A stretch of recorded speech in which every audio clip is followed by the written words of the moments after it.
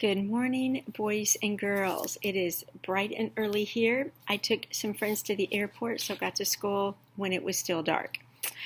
I want to talk to third graders. This is third grade English. If you will pull out page 47, it's your work for today, Tuesday. Today is Tuesday. Page 47, it looks like this. Possessive nouns, singular. I'm not sure if you see this backwards or not. Hopefully you see it the right way, but you might not. Page 47. Hit the pause button if you don't have it, and then you can hit play and come back. I want to talk to you about possessive nouns, singular. Bottom line, I'm mostly going to read what's up here, but I think it will help you to hear it before you do it. So we know that a noun is a person, place, or thing.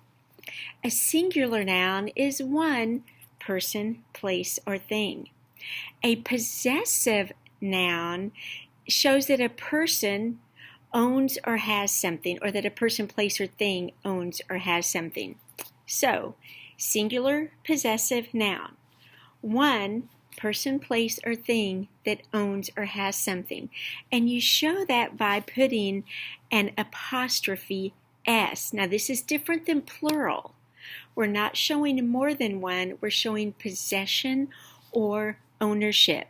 So if you look at the examples here, the toy plane belonging to Paul is red.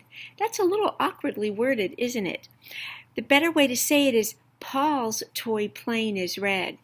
Whose toy plane? Paul's. That's how we know he owns something. For singular, we put apostrophe S.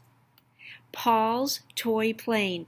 Whose toy plane? Remember how we like to ask ourselves questions that help us figure out where the subject is, what the verb is, what the predicate verb. Remember we use those interchangeably. Here's another one. The antique doll that is in the museum is very old.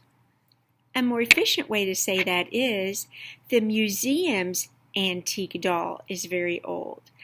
Whose antique doll? Museums. That's apostrophe S. It shows ownership. Learn to ask yourself that question.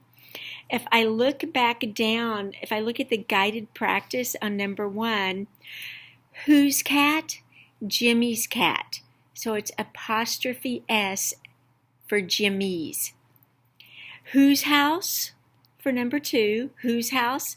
That's where you're going to show the ownership. Whose tractor? And whose book? Ask yourself that question. When you look at page 48, which is your independent work, ask yourself the question, whose bike, whose bone, and that's going to help you. Remember, this is not plural. We're not adding an S, we're not adding an IES, we're not changing the form of the word. We've been working on plurals. This is possession or ownership. So that's important for you to remember. I'll come back later and do Thursday's lesson. I just want you to think about singular possessive nouns. When one person, place, or thing owns or has something, add an apostrophe S.